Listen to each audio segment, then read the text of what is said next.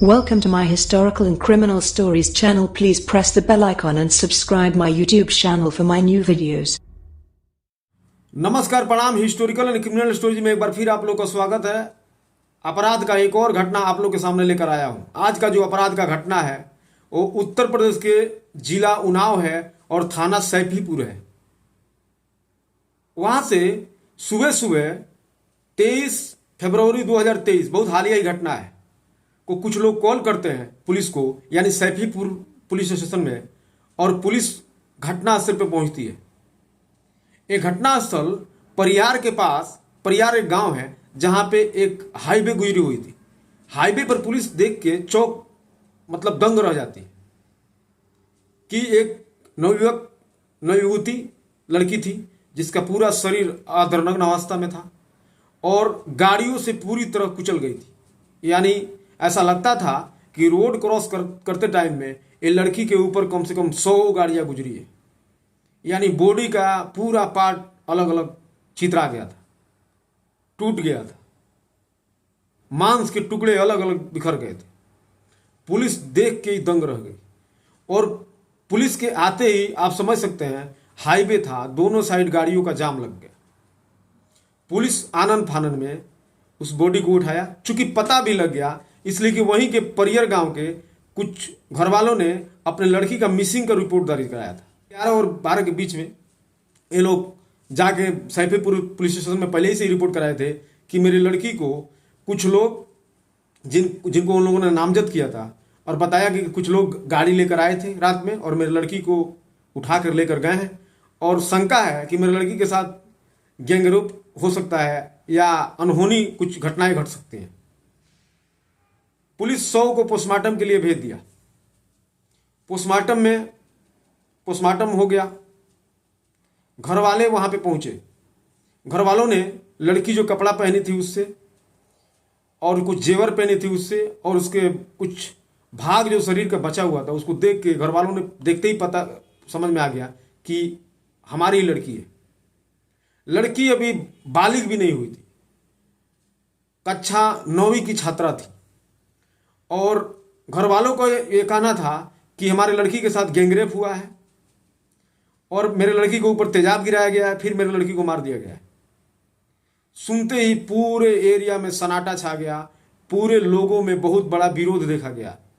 क्योंकि आप समझ सकते हैं, उन्नाव में हमेशा रेप का मामला सामने आता रहता है। आप देख सकते हैं यूट्यूब में या न्यूज़पेपर में, वही कुलदीप सेंगर जो बीजेपी का एक विधायक था, वो भी रेप का घटना और बहुत सारा रेप का घटना जो उन्नाव डिस्ट्रिक्ट से आता रहता है। आज 5 सालों में उन्नाव जो डिस्ट्रिक्ट है वहां पर रेप की और मर्डर की घटना है बहुत हाई लेवल पे है, जिसमें सबसे ज्यादा लड़कियों को मारा गया है। जैसे ही घटना हुआ, पूरे वहां के जो लोग थे उनमें पूरा विरोध देखा गया। लोग पुलिस के खिलाफ नारेबाजी करने लगे और घर वालों का ये कहना था कि चूंकि हम लोग एक दिन पहले ही पुलिस में सब कुछ रिपोर्ट दर्ज करा दिया था कि हमारी लड़की मिसिंग है, फिर पुलिस वालों ने क्यों हम लोग को बिना बताए हुए घटनास्थल से 100 को पोस्टमार्टम के लिए भेज दिया। जब हम लोग नहीं थे, पंचनामा कैसे हो गया? जब हम लोग पुलिस को एक दिन पहले खुद बताया था, फिर भी पुलिस हम लोगों से छुपा के 100 को पोस्टमार्टम के लिए भेज दिया है। पुलिस कुछ रिश्वत ली है। जिन लोगों को हम लोग नामजद कराए हैं उन लोगों को अभी तक गिरफ्तार नहीं किए। घर वाले मीडिया और रिपोर्टरों के सामने ऐसे बयान प्रस्तुत करते रहे और जो वहाँ के क्षेत्रीय, वहाँ के जो नेता लोग थे या मुखिया सरपंच थे, वो लोग भी भारी विरोध किया और उन लोगों ने बताया कि प्रशासन जो है वो पैसा लेके बैठी हुई है। पोस्टमार्टम से जो हुआ, पोस्टमार्टम के बाद घर वालों के कहने के मुताबिक कि उसके साथ रेप हुआ है और तेजाब डाला गया है। उसके जो पोस्टमार्टम में से कुछ टुकड़े थे उसको प्रिजर्व करके रख लिया गया और कुछ सैंपल था उसको रख लिया गया कि बाद में अगर रेप हुई है तो उसकी पुष्टि हो सके। बॉडी को घर वालों को सौंप दिया गया। घर वाले बॉडी लेके आए और वहाँ के कुछ लोकल नेता थे और वहाँ के जो मुखिया और सरपंच लोग थे, जो भी बड़े लोग थे, उन लोगों ने फैसला लिया कि प्रशासन अभी तक उन लोगों को गिरफ्तार नहीं किया है और प्रशासन कोई एक्शन नहीं लिया है। हम लोग इस बॉडी का दाह संस्कार नहीं करेंगे, इसको लेकर रखेंगे और पूरे क्षेत्र के लोग, पूरे गांव के लोग उस घटना स्थल पे पहुंच गए जहां पे उस लड़की को कुचल के मारा गया था, और वहां पे पूरे रोड को जाम कर दिया। यानी 22 के रात को लड़की मिसिंग थी, 23 को पुलिस आई, 100 को पोस्टमार्टम के लिए भेज दिया, 23 को घर वालों को 100 को सौंप दिया, 24 आ गया, 25 को भी इन लोगों ने पूरा रोड जाम किया और विरोध प्रशासन के खिलाफ नारेबाजी करते रहे। 25 को वहां के डीएम और सीओ सर्कल ऑफिसर और वहां के जो इंस्पेक्टर थे वो लोग सफीपुर पुलिस स्टेशन में पहुंचे और जाके लोगों से मिन्नतें की कि हम लोग इसके पीछे जो हमारी टीम है उसको लगाए हुए उन लोगों को पकड़ने के लिए, और पूरी जांच चल रही है, और जो भी दूध का दूध होगा वो पानी का पानी होगा, मैं ये इसको आप लोगों के सामने लेकर रखूंगा। ये डीएम का कहना था। लेकिन लोगों के सामने डीएम एक बात, यानी डिस्ट्रिक्ट मजिस्ट्रेट थे, वो एक बात बोलते थे तो लोग वहां पे 100 बात बोलते थे। आप समझ सकते हैं। डीएम साहब ने बोले कि देखिए, मैं आप सबसे बात नहीं कर सकता हूं, जो लड़की के पिता हैं और जो लड़की के चाचा हैं और जो लड़की के भाई हैं, इनको हम लेके जा रहे हैं और मैं इनको दिखा रहा हूं, मैं विश्वास दिलाता हूं आप लोगों को कि मैं बहुत कड़ी कार्रवाई किया हूं और मैं इसका जांच का जो अंतिम छोर है वहां तक मैं पहुंच गया हूं, और मैं आप लोगों के सामने अभी दूध का दूध और पानी का पानी कर देता हूं। अगर आप लोगों को मेरे बातों पे विश्वास नहीं है तो मैं क्या कर सकता हूं। इससे लोगों को लगा कि सही है, 3 दिन तक हो गया है और लाश पूरी तरह से कुचली हुई थी, हम लोग कितना देर लाश को रख सकते हैं। लोगों ने जाम को खत्म किया और लड़की के पिता और उसके चाचा और उसके भाई को पुलिस सैफीपुर पुलिस स्टेशन में ले गई और वहां पे बताया कि जिन लोगों के खिलाफ आप लोगों ने संभावना व्यक्त की थी वो बात सही है, हम लोग दोनों को गिरफ्तार कर लिया है, जिसका एक का नाम पिंटू और उसका जो नाम है दोस्त, उसका नाम है रोहित। यानी दोनों को पुलिस गिरफ्तार करके रखी थी। लेकिन हम लोगों ने उन लोगों को सफीपुर पुलिस स्टेशन में नहीं रखा है। अगर यहां रखेंगे हो सकता है कि लोगों का भीड़ इकट्ठा हो और लोगों के हाथ चढ़ जाएंगे और लोग मार देंगे, और भीड़ को हम लोग कंट्रोल नहीं कर सकते, और ये सत्य भी है। और पुलिस घर वालों को बताया कि रोहित और पिंटू से जब सख्ती से हम लोग पूछताछ किए तो उन लोगों ने ये घटना का क्या मजरा है उन लोगों ने बताया। चूंकि लड़की कक्षा 9वीं क्लास की छात्रा थी, अभी बालिग भी नहीं हुई थी, नाबालिग थी। आते जाते पिंटू और उसके संबंध हो गए, यानी बीचों में बात हुई, फिर नंबर का आदान प्रदान हुआ, फिर एक दूसरे से बात करने लगे, फिर एक दूसरे से ये लोग संबंध बनाने लगे। उसी टाइम पिंटू ने एक मोबाइल फोन खरीद के उस लड़की को दे दिया और बताया कि तू कभी भी हमारे नंबर पे कॉल करके बात मत करना, तुम हमेशा व्हाट्सएप चैट करो, व्हाट्सएप के जरिए बात करो, कभी नंबर पे बात मत करना। आप समझ सकते हैं कि पिंटू का क्या मानसा होगा। लड़की चूंकि दलित वर्ग से थी और पिंटू अपर कास्ट से था। लड़कियां हमेशा जाल में फंस जाती हैं। लड़की इस बात को नहीं समझी कि पिंटू ऐसा क्यों बोल रहा है, लेकिन लड़की सच्चा प्यार कर बैठी उससे। हमेशा जहां वो बुलाता था वहां संबंध बनाती रही, उससे मिलते रही। 22 फरवरी 2023 की रात को पिंटू एक गाड़ी बुक किया किसी बारात में जाने के लिए। आप समझ सकते हैं कि किस प्रकार का वो लड़का होगा। थोड़ा हाई फाई घर का हो सकता है, जो बारात में जाने के लिए स्पेशल अपने लिए गाड़ी बुक किया और बारात में गया और बारात से जल्दी उधर से लौट आया।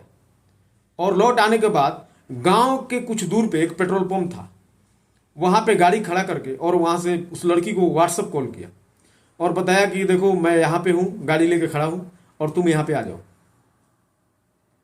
लड़की को शायद ऐसा लगा कि ये मेरे को भागने के लिए बोल रहा है।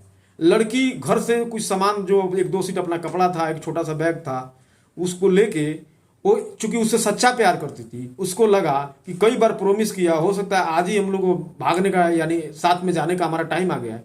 लड़की वहां से पिंटू के पास गई। पिंटू वो पेट्रोल पंप के पास गाड़ी लेकर खड़ा था, गाड़ी में उसको बैठाया और वहां से एक सुनसान रास्ते पे ले गया और जहां लड़की के साथ वो संबंध बनाया, यानी फिजिकल रिलेशन उसके साथ कायम किया। उसके बाद वो गाड़ी में आ ही रहा था कि इस लड़की को मैं छोड़ दूं फिर अपने घर चले जाए, तब तक उसके ताऊ यानी लड़की के अंकल ने उसको कॉल किया और बताया कि तुम मेरे लड़की को लेके भाग गए हो, घर पे नहीं हो और तुम भी नहीं हो, तुम कहाँ हो। तुम पे सब लोगों का हम शक है, हम तुमको खोज रहे हैं, यह क्या बात हुआ। बहुत सारी बात हुई। इससे पिंटू पूरा घबरा गया और लड़की को बताया कि तुमको घर जाना पड़ेगा। लड़की बोली कि नहीं, हो नहीं सकता, मैं तुमसे प्यार करती हूँ, तुम्हारे पास आई हूँ, तुम कितना बार हमसे बोले हो कि हम भाग चलेंगे, तो इससे अच्छा दिन क्या होगा कि मैं आई ही हूँ और घर वालों को पता ही लग गया है कि मैं तुम्हारे साथ भागी हूँ, तो तुम हमको लेके भाग चलो। लड़का बहुत समझाने का कोशिश किया, लेकिन वो बोली कि नहीं, हो ही नहीं सकता कि मैं जाऊँ। अब जब सब कुछ पता ही लग गया और तुम मुझसे प्यार करते ही हो और तुम मुझसे बोलते हो शादी करने के लिए, तो हमको लेके चलो। बहुत समझाने के बाद जब लड़की नहीं मानी तो लड़का ने अपने एक दोस्त को कॉल किया और जो हायर का, जो रेंट का गाड़ी था, वो बोला कि आप लेके जाइए, और अपने दोस्त को कॉल किया जो रोहित था। रोहित अपना एक गाड़ी लेके आया और उसी में ये लोग बैठ गए तीनों, यानी पिंटू, वो जो लड़की जो भाग के घर से आई थी, और रोहित, तीनों गाड़ी में बैठ के मीटिंग करने लगे कि कैसे उन लोगों को पता लग गया। क्योंकि आप समझ सकते हैं, किसी गांव में किसी के साथ कोई अवैध संबंध है, किसी लड़का लड़की का कोई संबंध होता है, या किसी बच्चलन औरत को किसी के से संबंध है, तो आपको मालूम है उसके घर वाले हो सकते हैं, उसके घर वालों को नहीं पता, उसके पति को नहीं मालूम होता है, उसके भाई को नहीं मालूम होगा अगर किसी लड़की को किसी से अवैध संबंध है तो, लेकिन उसके अलावा गांव के पूरे लोगों को मालूम हो जाता है। लेकिन कोई डर के मारे वो कहता नहीं है कि कहने पे हो सकता है कि बहुत बड़ा झगड़ा हो जाए, लफड़ा हो जाए, कौन इस लफड़ा में पड़ने के लिए जाएगा, वो संबंध बना रही है उससे, वो बना रहा है उससे, हम लोग को उससे क्या करना है। इसके लिए बीच में कोई कुछ बोलता नहीं है, क्योंकि गांव वालों को पूरा मालूम था कि जो पिंटू है उसका संबंध उस लड़की से है। जब मिसिंग का सामने आया उसी टाइम, यानी घर से लड़की जब निकली थी उसके 20 मिनट के बाद ही घर वालों को पता लग गया था कि लड़की घर से कोई सामान, कपड़ा लेके गायब है। तो घर वाले और जो उसके बाजू वाले थे या पटीदार, जो भी उनके खास लोग थे, वहां से साइकिल और बाइक से, जो भी चौराहा था, जो पुलिस बस स्टैंड था, कुछ लोग पुलिस स्टेशन पे गए रिपोर्ट डाल कर, और वो लोग पूरा तरह से एक्टिव हो गए कि कहाँ है, कहाँ चली गई। और इसी में गांव के ही कुछ लोग बताए कि उसका संबंध पिंटू से था। उसका ताऊ ने कैसे पिंटू का नंबर किसी से लिया और फिर पिंटू को कॉल कर दिया, और यहीं पे सबसे बड़ा लफड़ा हो गया, नहीं तो लड़की घर लौट जाती। पिंटू और रोहित और वो लड़की तीनों वहीं पे बात कर रहे थे और बोलने की कोशिश कर रहे थे कि तुम घर चली जाओ। वो बोली कि किसी भी कीमत पे मैं मर जाऊंगी लेकिन घर नहीं जाऊंगी। इसी बीच पिंटू और रोहित के बीच में एक फैसला हुआ कि इसको रास्ते से हटाना पड़ेगा, नहीं तो अभी पुलिस को पता लग गई है, पुलिस अभी लोकेशन ट्रेस करेगी और हम लोग के पास आएगी और हम लोग को गिरफ्तार कर लेगी। फैसला करके इन लोगों ने लड़की को बताया कि ठीक है, अभी गाड़ी से चलो, और इन लोगों ने परियर जो गांव था, जो लड़की का गांव था और जो रोहित का गांव था, उसके बीच में इन लोगों ने फैसला किया ठीक है, अभी नहीं भागते हैं, कल रोहित के घर चलते हैं, आज रात भर रुकेंगे और कल सुबह रोहित घर से निकल जाएंगे। रोहित चूंकि पिंटू का दोस्त था, तो बीच रास्ते में ले गए गाड़ी और ये बोले कि ठीक है, तुम यहीं पे बीच में उतर जाना और हम लोग जिसका गाड़ी लिए हैं उसको गाड़ी दे करके हम लोग लौट रहे हैं, तब तक तुम यहीं पे एक तालाब के पास एक पेड़ है वहीं पे वेट करो, हम दोनों आएंगे, तुमको उठा के ले चल के रोहित के घर चलेंगे, रात भर वहीं पे रुकेंगे, फिर कल सुबह हम लोग वहां से निकल जाएंगे। और ये लोग पहले ही सोच रखा था कि लड़की को कैसे मारना है। जैसे लड़की नीचे उतरी, गाड़ी से जोरदार टक्कर मारा ये लोग उस लड़की को, लड़की रोड पे गिर गई। बाद में गाड़ी को 3-4 बार बैक करके उसके बॉडी पे चढ़ाया, फिर पीछे किया, फिर बॉडी पे चढ़ाया। उतर के इन लोगों ने देखा कि लड़की पूरी तरह से मर चुकी है, बॉडी को खींच के ले आके बीच रोड में कर दिया और पूरे रात गाड़ी आती रही जाती रही, बॉडी का पूरा चिथरी उड़ गया और यहां से लोग चले गए। पूरे माजरा सुनने के बाद पुलिस की रोंगटे खड़ी हो गई। लोग इस अपराध की मानसिकता सुन के कांप उठे, लोगों के शरीर सिहर गए कि देखो एक लड़की जो विश्वास की, इतना विश्वास था उसको, और ये लोगों ने बोला कि ठीक है, तू उतर के जाओ, उस तालाब के पास रुको, हम लोग अभी घर से लौट के आते हैं, फिर तुमको लेके चलेंगे रोहित के घर। और इस प्रकार से इन लोगों ने घटना का अंजाम दिया। फिलहाल में पुलिस इन दोनों को गिरफ्तार कर लिया और ट्रायल चल रहा है। चूंकि आरोपित पक्ष का कहना है कि लड़के भी अभी नाबालिग हैं, लेकिन लड़के बालिग हो चुके हैं, लेकिन लड़की तो बिल्कुल नाबालिग है क्योंकि 9वीं कक्षा की छात्रा है। लेकिन मैं कितना बार कह चुका हूं, मैं आपसे बताना चाहता हूं, बहुत इमोशनल बातें मैं आपसे बता रहा हूं। भारत में 70% गांव विलेज एरिया है, यानी गांवी क्षेत्र है, ग्रामीण क्षेत्र है। और भारत का कोई भी कल्चर हो, कोई भी जाति हो, कोई भी धर्म हो, हर धर्म में जब किसी के घर लड़की पैदा होती है तो यही सिखाया जाता है कि बेटी तुम्हारे पल्लू में ही परिवार का इज्जत है। जो तुम्हारा सर का कपड़ा है उसको संभाल के रखना, तुम्हारी जो इज्जत है इसी में परिवार का इज्जत है।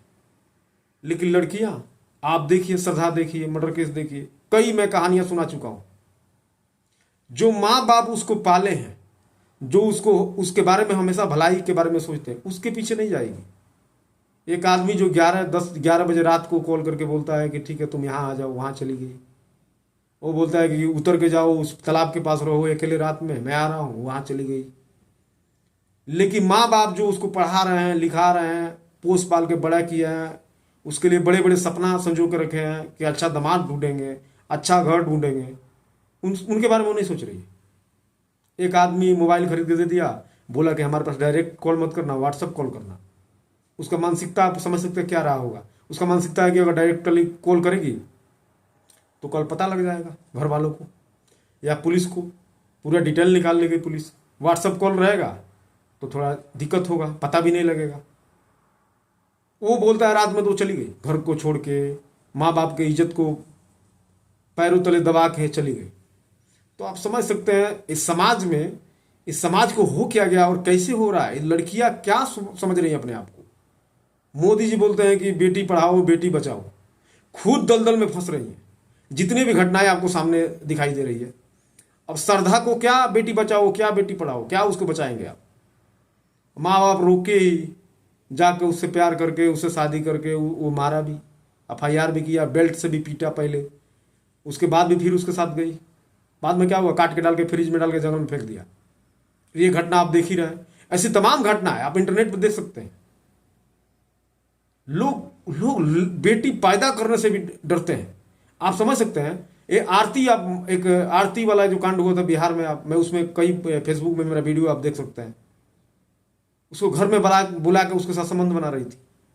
आज उसके भाई जो मन्नू है उससे शादी कर लिया, वो ऐसे कर रही है। माँ बाप पूरे जेल में है, भाभी जेल में है, भाई जेल में है, माँ जेल में है, बाप जेल में है, पूरे घर तहस नहस हो गए। ऐसी लड़कियों को पैदा करके, ऐसे कलंकनियों को पैदा करके उस बाप का पूरा जीवन जो बर्बाद हो गया, जेल में बर्बाद हो रहा है। इस परिवार को देखिए, ये भी पूरा परिवार इज्जत तो इज्जत ही गया, तहस नहस हो गया। इज्जत भी गया, प्रतिष्ठा भी गया, और अभी देखिए पूरा परिवार भी तहस नहस हो गया। तो कहानी कैसा लगा ये बताइएगा आप लोग। Thank you very much.